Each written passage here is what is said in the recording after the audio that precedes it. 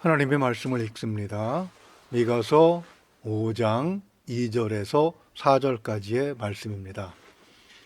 베들레헴 에브라다야, 너는 유다 족속 중에 작을지라도 이스라엘을 다스릴 자가 내게로 나올 것이라. 그의 근본은 상고의 영원에 있느니라. 그러므로 여인이 해산하기까지 그들을 붙여두시겠고, 그 후에는 그의 형제 가운데에 남은 자가 이스라엘 자손에게로 돌아오리니, 그가 여호와의 능력과 그의 하나님 여호와의 이름의 위엄을 의지하고 서서 목축하니 그들이 거주할 것이라. 이제 그가 창대하여 땅 끝까지 미치리라. 아멘. 기도합니다. 은혜로우신 우리 아버지 하나님, 우리에게 성탄 감사 주일로 보내게 하심을 감사합니다. 비록 함께 모여 함께 찬양하며 함께 기뻐하진 못하지만 그래도 각 가정에서 가족 구성원들이 모두 함께 모여 예배하게 하시고, 그리고 하나님의 은혜를 감사하게 하신 것, 그것을 생각하며 정말 간절한 성탄 감사주의를 보내도록 이 시간 역사하여 주시기를 원합니다. 하나님께서는 우리를 죄에서 구원하시려고 아들을 이 땅에 보내셨습니다. 그 시기는 지금보다 더 어렵고 힘든 시기였습니다. 절망에 빠진 사람들에게 희망을 주시기 위하여 하나님께서는 몸소 아들을 이 땅에 보내셔서 참으로 하나님의 귀한 진리의 말씀으로 영의 양식 삼게 하시고, 그것을 의지하여 그 어려운 시기를 이겨내게 하시고 승리하게 하시는 놀라운 역사를 우리에게 보여주셨습니다. 하나님 말씀을 통해서 우리도 그 능력을 얻기를 소망합니다. 각 가정마다 하나님의 은혜와 예수 그리스도의 사랑과 평강이 풍성하게 하시고, 무엇보다도 하나님의 말씀을 따라 살 수 있는 담력과 용기를 얻을 수 있도록 하나님 이 시간 각 가정마다 역사하여 주시옵소서. 모든 것을 주님께 의뢰하오며 우리 주 예수 그리스도 이름으로 감사하며 기도하옵나이다. 아멘. 주말이라도 코로나19의 확산으로 인해서 거리가 비교적 한산한 것 같습니다. 그러나 여전히 붐비는 곳은 붐비고 있고, 또 그러한 모습들이 좀 자제 좀 했으면 하는 그런 생각을 갖게 하기도 합니다. 교회의 모든 모임을 자제하라는 그런 행정명령서가 도착을 했습니다. 우리야 해당 사항이 없겠지요. 새벽기도는 여전히 진행이 되고 있고, 또 참석하시는 분들 생각에 따라서 스스로 결정을 하시고 있습니다. 오늘은 성탄 감사주일로 보내는 주일입니다. 함께 모여서 찬양하지 못하고 또 함께 모여서 즐기는 분위기는 아니라서 준비해놓은 추리가 좀 쓸쓸해 보이기는 하지만, 그것이 오히려 성탄의 의미를 좀 더 깊게 생각해보는 그런 계기가 된 것 같아서 또 감사하기도 합니다. 저희가 중국에서 귀국하고 첫 해에 유아실 앞 천장이 암갈색으로 이렇게 물들어 가기 시작을 했습니다. 고약한 냄새가 폴폴 풍기는 바람에 결국 관리실에 연락해서 천장을 열고 보니까 플라스틱으로 되어 있는 하수관이 연결 부위가 금이 가 있었고, 그리고 플라스틱이 터지기 일보 직전이었습니다. 배가 부풀어 있었고 밑으로 축 처져 늘어져 있었죠. 건물 1층 식당을 비롯한 가게들의 하수구가 연결되어 있었습니다. 교체 작업을 하느라고 하루 종일 가게를 열지 못한 그런 음식점 사장님이 작업할 때 내려오셔서 관리소장님에게 불만을 늘어놓으시더라고요. 왜 일찍 교체를 안 했습니까? 이 부분은 플라스틱으로 되어 있는데 철제로 하면 되지 않습니까? 도대체 이런 결정을 누가 하는 것입니까? 이런 여러 가지 불만들을 이야기했습니다. 제가 그 입장이어도 충분히 제기할 만한 그런 문제들이었는데, 공사가 끝나고 해도 될 만한 문제가 아닐까, 그런 생각을 해봤습니다. 왜냐하면 그분 때문에 공사가 많이 늦어졌거든요. 당시 관리소장님은 이렇게 변명하시더군요. 미리 교체했다면 더 사용할 수 있었는데 왜 벌써 교체했느냐, 이런 불만이 또 있을 것이고, 철제로 하게 되면 가격이 비싸지기 때문에 이에 대한 불만을 제기하시는 분도 있기 때문에 알면서도 교체하지 못했습니다. 그렇게 말씀하시더라고요. 우리는 인생이 그런 것 같습니다. 지혜롭게 행동하면 불편함이 줄어들 텐데 지금 당장 문제가 없다고 해서 결국 큰 문제를 만들어내는 것이죠. 익숙하다는 것, 지금 불편하지 않다는 것 때문에 결국은 해결 불가능한 그런 큰 불행을 만들어내기도 하는 것입니다. 이런 것은 단순히 하수구의 문제에만 국한되는 것은 아닙니다. 하수구나 상수도관이 노후해서 망가질 수 있다면 건물 전체에도 문제가 있을 수 있다는 그런 생각을 해봐야 되겠죠. 나라의 운명이나 인류의 미래가 결정되는 중차대한 문제에 있어서도 같은 원리가 작용한다고 볼 수가 있습니다. 하나를 보면 열을 안다는 그런 속담이 있지요. 작은 것 하나를 통해서 전체를 파악할 수 있다는 그런 말씀입니다. 성경을 보게 되면 하나님께서는 이스라엘을 택하셔서 모든 인류에게 자신들이 놓여져 있는 운명을 파악하도록 그렇게 배려하신 것을 볼 수가 있습니다. 이스라엘과 유다는 결국 우리 모두가 공통적으로 안고 있는 그런 문제를 압축해서 보여주는 그런 예시였던 것입니다. 이스라엘과 유다를 통해서 우리가 우리에 대해서 알 수 있는 것은 무엇이고 하나님께서는 무엇을 보여주시고자 말씀을 우리에게 남겨주셨나 하는 의미를 오늘 살펴보도록 하겠습니다.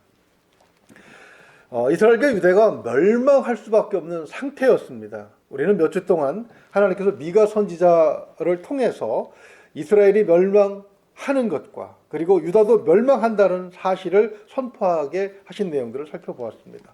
남북으로 나누어진 이스라엘 중에 북이스라엘이 우상 숭배로 인해서 먼저 멸망을 하지요. 그런데 남쪽 유다도 또 멸망을 합니다. 왜 그런 것이겠습니까? 하나님께서는 리더들에게 책임을 물으신 것을 우리가 살펴보았습니다. 3장 9절 말씀처럼 그들이 정의를 미워하고 정직한 것을 굽게 했기 때문이라고 설명하고 계시죠. 그것이 한 나라를 무너뜨릴 만큼 그렇게 대단한 것이겠습니까? 사실 많은 사람들이 바르게만 살려고 하는 사람하고 같이 살아가면 불편하다고 말을 하기도 합니다. 융통성이 없다는 말로 비난하기도 하잖아요. 많은 사람들이 때때로 거짓말을 합니다.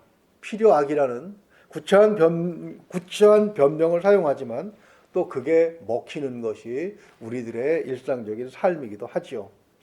그런데 한 국가를 이끌고 있는 리더들이 이런 행동을 하게 된다면 그리고 그것이 일상적이라면 어떤 결과를 가져오는 것이겠습니까?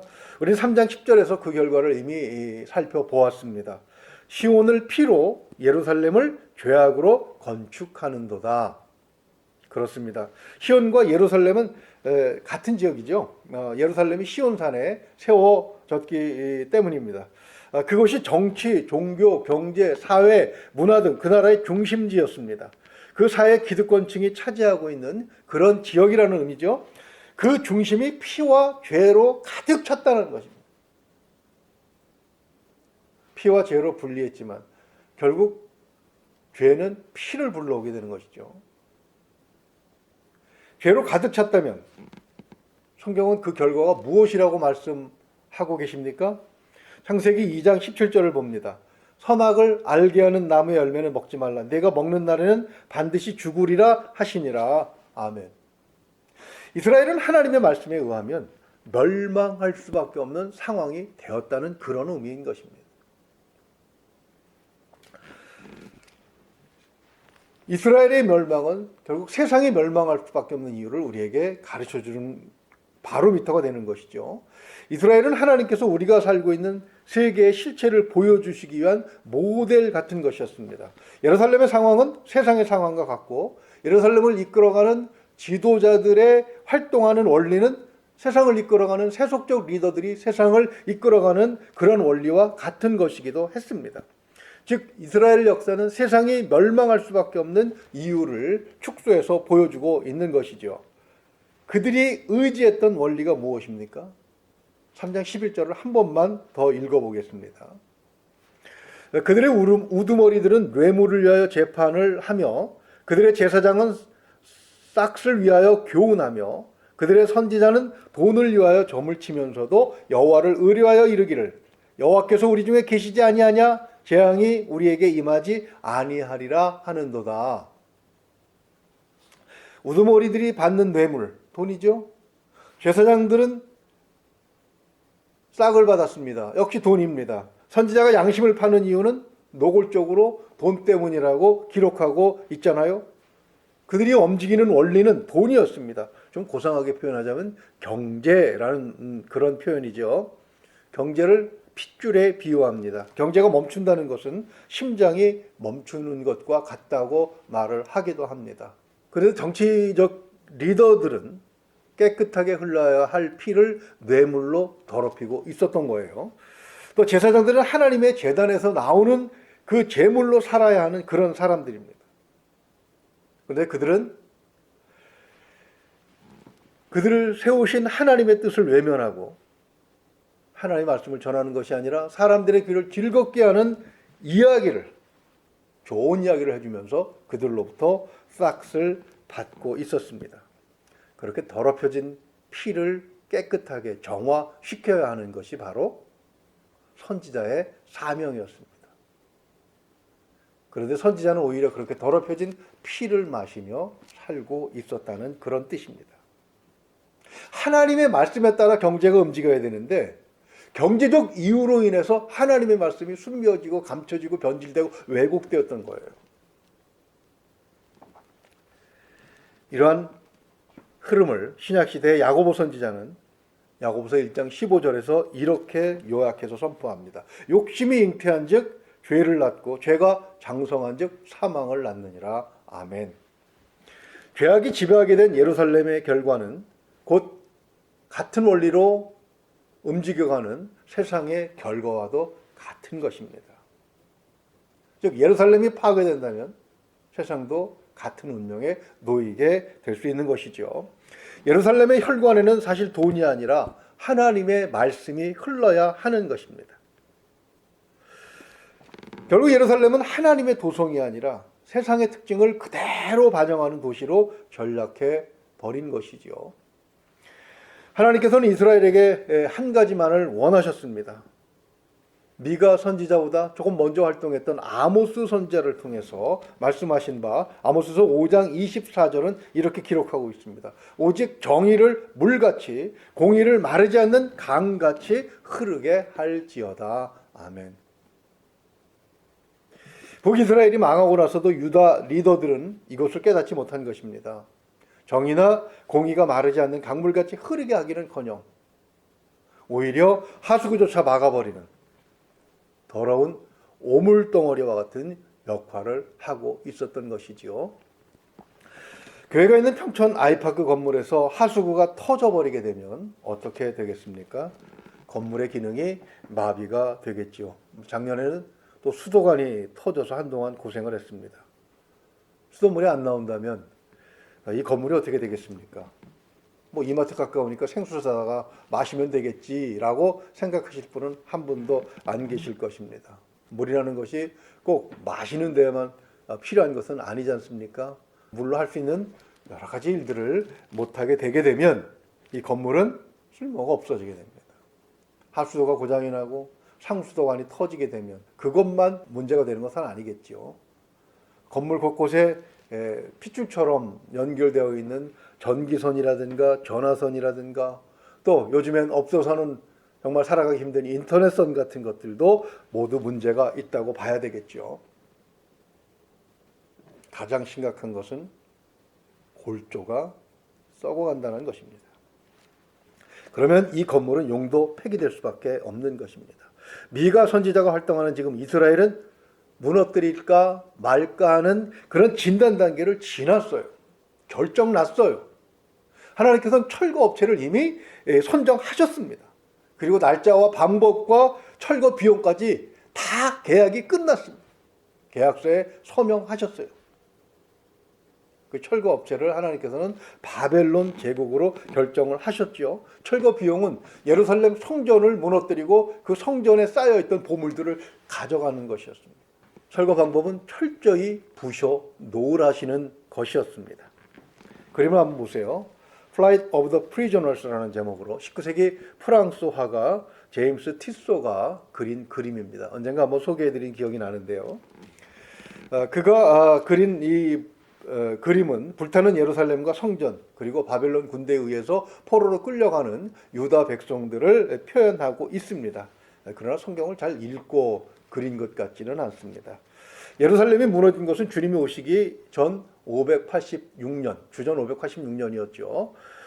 그 뒤 약 142년 뒤인 주전 448년경에 바사의 관리였던 유대인 느헤미야가 총리로 예루살렘에 파견이 됩니다. 그는 성벽을 재건하기 위해서 시찰을 하지요. 그가 본 상황이 느헤미야 2장 13절에 기록이 되어 있습니다. 그 밤에 골짜기 문으로 나가서 용종으로 본문에 이르는 동안에 보니 예루살렘 성벽이 다 무너졌고 성문은 불탔더라. 다 무너졌다고 그렇게 말씀하고 있습니다. 지도자들의 타락은 하나님께서 예루살렘을 완전히 무너뜨리신 가장 큰 이유였던 것이죠. 자, 그렇다면 그곳에 살던 예루살렘 거민들은 어떻게 되는 것입니까? 지도자들을 잘못 만난 바람에 그들도 같이 망해야 하는 것이겠습니까? 이 질문은 오늘 우리들이 살고 있는 이 세계에도 그대로 해당이 됩니다. 세상은 돈으로 움직입니다. 리더들이 정직하게 경제를 운영을 합니까? 이스라엘의 제사장은 오늘날 학자들과 같은 역할을 맡았었습니다. 백성들을 가르치고 또 법을 가르치고 윤리와 도덕을 가르치고 그리고 세상 지식도 가르쳤지요. 오늘날 학자들의 역할을 맡았었습니다. 자, 오늘 학자들은 정말 진리를 가르치고 있습니까? 선지자의 역할은 교회가 하는데 교회는 제 역할을 하고 있다고 생각을 하십니까? 사실 대답하기 쉬운 문제죠. 미가 선지자가 선포하던 예루살렘의 상황과 오늘 우리가 살고 있는 이 세계 상황은 정말 조금도 차이가 없어 보입니다. 그렇다면 결과도 마찬가지라는 것이겠죠. 이런 세상에 태어났다는 것 때문에 모든 사람들이 다 같은 고통을 당해야 하는 것이겠습니까? 하나님은 4장에서 미가 선지자에게 예루살렘에 내리는 조치가 끝은 아니라고 말씀을 하셨습니다. 4장 10절만 다시 한번 보죠. 딸 시온이여 해산하는 여인처럼 힘들여 나을지어다. 이제 네가 성읍에서 나가서 들에 거주하며 또 바벨론까지 이르러 거기서 구원을 얻으리니 여호와께서 거기서 너를 내 원수들의 손에서 속량하여 내시리라. 아멘. 비록 그 과정이 해산하는 여인처럼 힘들기는 하겠지만 원수들의 손에서 속량하시겠다는 것입니다. 속량이라는 말, 자주 듣는 말이지만 여전히 이해하기는 어렵습니다. 영어 성경을 보게 되면 redeem이라고 기록을 하고 있는데 구원이라는 말로 영어 사전에 해석이 되어 있습니다. 그러나 빚을 갚는다는 의미를 하나 더 가지고 있지요. 즉 이스라엘 백성들은 죄의 값을 주고 다시 사오시겠다는 그런 약속이신 것입니다. 하나님께서는 완전한 절망 중에 있는 이스라엘 사람들에게 완전한 소망을 선포하도록 미가 선지자에게 명령을 내리셨던 거예요. 사람들이 왜 스스로에게 못된 짓을 합니까? 희망이 없을 때 그렇습니다. 하나님은 포로로 끌려가는 유대인들에게 끝은 아니다. 결코 포기하지 말라. 소망을 가지고 살아라. 하나님께서는 언젠가 때가 되면 해산하는 여인이 고통하는 것처럼 때가 되면 엄마 뱃속에 있는 기근을 채운 아이가 태어나는 것처럼 그렇게 하나님께서는 그들을 다시 구원하시겠다고 약속을 하신 것입니다. 자, 그렇다면 하나님께서는 언제 어떻게 일을 진행하시는 것이겠습니까? 오늘 본문 2절을 이제 한번 봅니다. 베들레헴 에브라다야 너는 유다 족속 중에 작을지라도 이스라엘을 다스릴 자가 내게서 내게로 나올 것이라 그의 근본은 상고의 영원에 있느니라. 아멘. 우리가 이 말씀에서 첫 번째 살펴볼 내용은 새로운 지도자를 세우실 것이라는 의미입니다. 하나님은 지도자를 바꾸시겠다고 말씀하시는 것이죠. 하수구가 막히고 상수구가 새는 것은 사실 그 부분만 고치면 됩니다. 그러나 건물 골조에 문제가 생기면 이건 정말 심각하죠. 사진 한번 보십시오. 왜 저 큰 건물이 저렇게 땅에 누워 있는 것입니까? 로이터 통신이 보도한 중국의 한 아파트 공사 현장에서 벌어진 그런 모습입니다. 그 이유는 다음 두 번째 사진에 있습니다. 철근이 들어가야 할 자리에 대나무를 깎아서 집어넣습니다. 어떻게 이런 상상을 할 수 있을까요?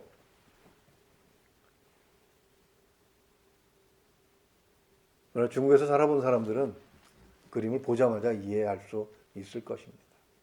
저 건물을 짓는데 허가를 내기 위해서 얼마나 많은 관리들에게 얼마나 많은 돈이 들어갔을까? 우리가 그것을 뇌물이라고 얘기하죠. 앞에서 살펴본 바 이스라엘의 리더들은 바로 이런 대나무와 같은 그런 상태였습니다. 그들이 보여주는 것은 이 세상을 지배하는 원리가 죄악에 가득 차 있다는 것입니다. 이 건물에 사람이 들어가 살았다고 한번 생각을 해보십시오. 일찌감치 무너져버린 것이, 입주 전에 무너져버린 것이 다행이라고 생각을 하게 되실 것입니다. 그때까지 사람들이 입주할 때까지 버티고 있었다면 얼마나 많은 사람들이 불행한 일을 겪었을까 충분히 예상할 수 있는 일이죠. 결국 하나님은 사람들이 다 죽기 전에 미리 빼내시고 그 건물을 허물어 버리시겠다는 거예요. 이제 하나님은 하나님의 백성을 든든히 지켜줄 새로운 리더를 세우시겠다는 거예요. 그 리더는 새로운 원리로 세상을 다스리실 것입니다. 새 지도자는 대나무를 넣어 고층 건물을 지으려고 하는 것이 아니라 설계도대로 제대로 된 철근을 설계도대로 제대로 된 개수에 맞춰서 집어넣고 건물을 세우시는 그런 원리를 적용하시겠다는 거예요. 베들레헴은 시골 촌동네입니다. 에브라다는 옛 이름으로 알려져 있습니다. 본문에 있는 것처럼 유다 중에서도 작은 곳입니다. 사실 지금까지 이스라엘의 지도자는 모두 예루살렘 명문가에서 배출이 되었습니다. 그런데 새로운 지도자가 나타날 곳은 전혀 엉뚱한 곳이었어요. 이것은 완전한 패러다임의 변화를 의미하는 것이죠. 왜 하필이면 시골입니까? 지금까지 예루살렘 출신이 다스리던 방식들을 모두 던져버리시고 전혀 새로운 통치를 시행하시겠다는 그런 의미가 있는 것이죠. 그 방식 또한 본문에 그대로 암시되어 있습니다. 새 지도자는 3절을 보게 되면 여인의 해산을 통해서 오게 되어 있습니다. 성경의 구절은 보통 중의적으로 해석하기를 요구하지요. 특히 예언이 그렇습니다. 이 여인의 해산이라는 구절은 첫째로 문자적으로 해석을 해야 합니다. 왜냐하면 예수 그리스도께서 여인의 몸을 통해서 태어나시는 방식으로 우리에게 오셨기 때문입니다. 둘째는 역사적으로 이스라엘의 회복을 의미합니다. 즉 하나님께서는 예레미야 선지자에게 약속하신 70년 만에 예루살렘으로 복귀하게 하시겠다는 그 약속이 성취되는 것을 의미하는 것이죠. 하나님께서는 바사 제국을 출범하게 하시고 바사의 왕 고레스로 하여금 이스라엘 백성들, 즉 유다 백성들의 회복을 선포하게 하셨던 것이죠. 그 칙령을 받들어 유대인들이 이제 예루살렘으로 돌아오게 되는 것입니다. 이 두 가지 의미는 사실 영적으로 하나의 의미를 갖는다고 볼 수가 있습니다. 마치 바사의 왕 고레스가 해방을 선포한 것처럼, 그리고 모세가 히브리 노예들을 이끌고 나온 것처럼 죄의 노예로 살아가던 모든 사람들, 잘못된 지도자들을 만나서 같이 멸망할 수밖에 없는 운명에 처해 있었던 많은 사람들을 하나님께로 돌아오게 하는 그런 새로운 패러다임의 변화를 이 본문이 예언하고 있는 것입니다. 그러나 한 가지 우리가 명심해야 할 것이 있습니다. 새롭지만 그것은 완전한 새로움은 아니라는 것입니다. 전 인류를 구원하시는 일을 하실 분이 시골 출신의 어린아이로 태어나시는 그런 조건만 충족해서는 안 되겠죠. 비록 새로운 지도자는 우리처럼 어린아이로 오시고 또 저 시골 구석에서 태어나셔서 그곳에서 성장하시기는 하시지만 그 근본은 상고에 영원하도록 존재하신 분이라는 그런 사실을 말씀하고 계십니다. 요한사도는 1장 1절에서 이렇게 요약하고 있죠. 태초에 말씀이 계시니라. 이 말씀이 하나님과 함께 계셨으니 이 말씀은 곧 하나님이시니라. 아멘. 사람들은 이 논리를 잘 이해하지 못했어요. 그래서 동방박사들이 예루살렘 헤롯 궁에 와서 유대인의 왕으로 태어나신 분이 어디 있느냐라고 질문했을 때 성경학자들과 박사들은 난리를 떨면서 결국 미가서 오늘 본문에서 그곳이 베들레헴이라는 사실을 발견하게 됩니다. 그렇게 가르쳐 주지요. 동방박사들은 먼 땅에서 온 사람들은 베들레헴으로 경배하러 떠났는데 헤롯 왕궁에 있던 고위관리들과 특별히 성경학자들은 따라가지 않았습니다. 경배하러 가지 않았습니다. 왜죠? 하나님께서 본문에 숨겨놓으신 그 원리를 그들은 이해할 수 없었기 때문입니다. 그들은 기존의 권력의 형태, 그 리더들이 움직여가는 원리, 거기에 푹 젖어 있었기 때문에 하나님의 아들이 상고에 영원하신 그분이 이 땅에 인간의 몸으로 오신다는 사실을 전혀 받아들일 수가 없었어요. 그저 지금 그 유대 땅을 지배하고 있는, 그것도 로마로부터 빌부터 얻어 권력의 끄트머리를 조금 얻어 쥐고 있는 그런 헤롯 왕고의 권력과 대적하는 그저 새로운 권력이 대두한 것으로만 그들은 생각을 했던 것입니다. 결국 그들은 그 지경의 2살 이하의 아이들을 모두 학살하는 그런 만행을 저지르고 마는 것이지요. 그들이 이해할 수 없었던 것은 성경에 기록되어 있는 하나님의 의도였습니다. 철근 대신에 대나무를 사용해야 돈을 더 많이 남길 수 있다고 믿는 그들에게 있어서 하늘 보좌를 버리시고 인간의 몸으로 자신을 낮추어서 이 땅을 새롭게 다스리기 위해서 오신다는 것은 이해할 수 없는 신비였던 것입니다. 여기서 우리는 또 하나의 원리를 발견하게 됩니다. 하나님께서 새로운 지도자를 권력의 가문에 태어나지 않게 하시고 태어나면서부터 큰 근대를 움직일 수 있는 그런 지위는커녕 십자가를 못 박혀 돌아가실 때까지 머리 둘 곳도 없는 그런 존재로 이 땅에 활동하게 하신 그 이유가 바로 가장 중요한 원리인 것입니다. 즉 하나님께서 보내실 새로운 지도자는 지금까지 유지되어 왔던 권력으로 힘없는 자들을 찍어 누르고 그리고 돈으로 사람들을 움직이는 그런 원리가 아니라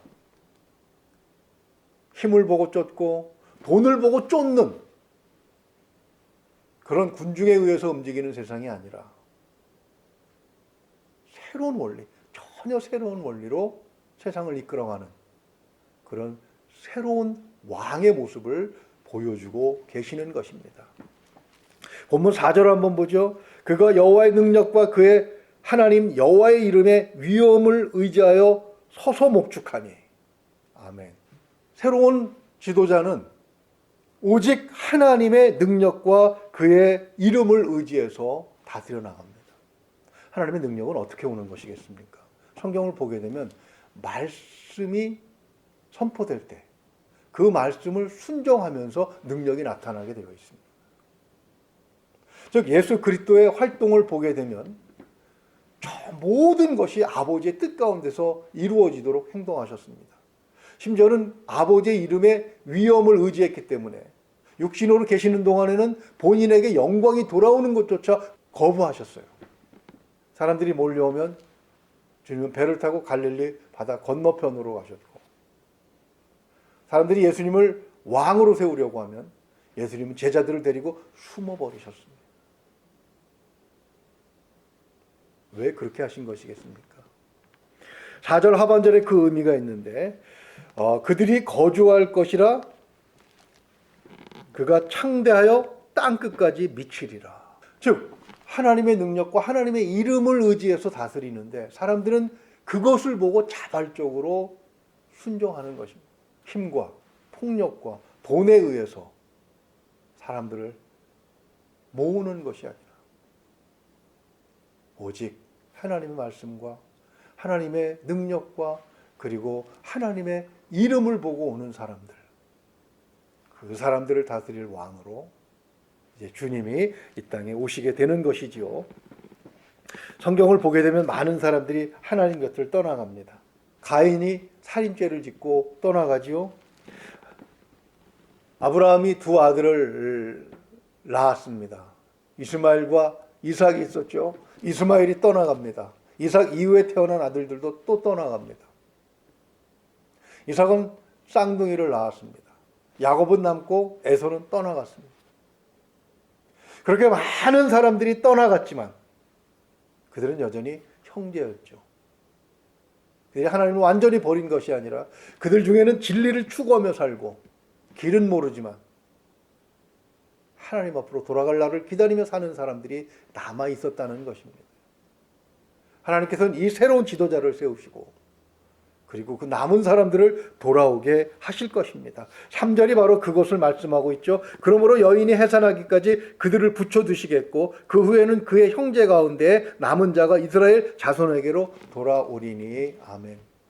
마치 바벨론의 포로로 잡혀간 형제들이 바벨론화 된 사람을 빼놓고 그리고 70년이 되었을 때에 여전히 하나님이 선지자들을 통해서 선포하신 그 희망을 붙들고 돌아올 날만 기다리던 사람들을 찾으신 것처럼 비록 세상에 흩어졌지만 여전히 그 영혼의 하나님을 기억하며 진리로 따라 살기로 결심하는 그런 사람들이 바로 예수 그리스도의 이름 앞에 모여들 것을 예언하고 계신 것입니다. 하나님은 그러한 사람들을 낱낱이 찾아서 예수 그리스도 앞에 모으실 것이죠. 이것이 바로 하나님이 성탄절을 통해서 우리에게 주시는 가장 큰 은혜인 것입니다. 우리가 그 은혜를 받고 있는 사람들이죠. 그래서 오늘이 바로 성탄 감사 예배로 드리는 날입니다. 성탄절 우리가 감사해야 될 이유를 살펴보았습니다. 하나님께서는 멸망당할 세상으로부터 우리를 구원하시려고 아들을 이 땅에 낮고 천한 모습으로 오게 하셨습니다. 그리고 힘으로 피를 흘려 빼앗고 돈을 더 많이 갖기 위해서 온갖 거짓말을 하고 그리고 그 돈으로 또 사람들의 영혼을 사는 그런 부패한 방법이 아니고 오직 하나님의 능력과 그리고 하나님의 이름의 위엄으로 다스리는 나라, 그 나라를 우리에게 주시겠다고 약속하신 것, 그 약속이 성취된 것이 바로 주님이 오신 그 사건이었던 것입니다. 겉은 화려해 보이지만 철근 대신 대나무를 사용한 건물보다, 겉은 허름해 보이지만 그리고 작게 보이고 약하게 보이지만 철근을 설계도대로 집어넣어서 설계도가 말하는 개수대로 집어넣어서 든든하게 지은 집,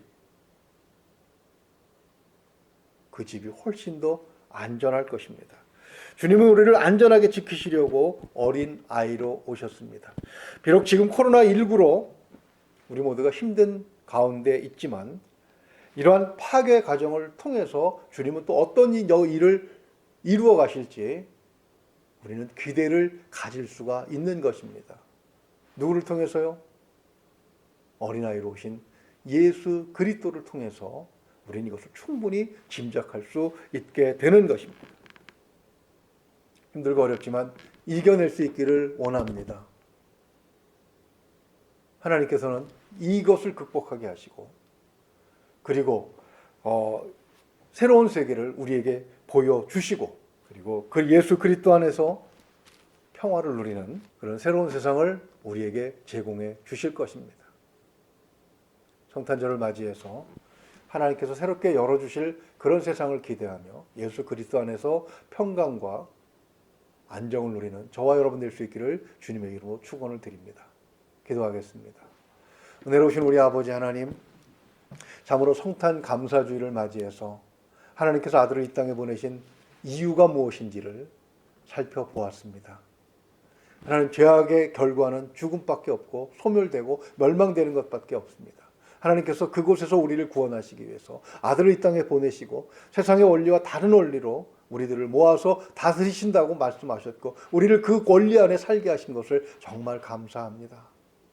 하나님, 비록 세상 사람들과 어울려 살아가지만 우리는 예수 그리스도의 통치 원리 안에서 살아가는 자들임을 알게 하셨사오니 하나님, 사람들이 절망할 때 우리는 소망을 가지고 그 빛을 전할 수 있는 자들이 되게 하시고 모든 사람들이 어렵고 힘들다고 말할 때 조금만 참고 견디면 새날이 온다고 말할 수 있는 담력이 우리에게 있게 하여 주시옵소서. 모든 삶의 영역에서 하나님의 말씀의 능력을 나타내며 사는 우리 모두가 되게 하시기를 소망합니다. 이루어 주실 줄로 믿고 감사하오며 우리 주 예수 그리스도 이름으로 기도하옵나이다. 아멘.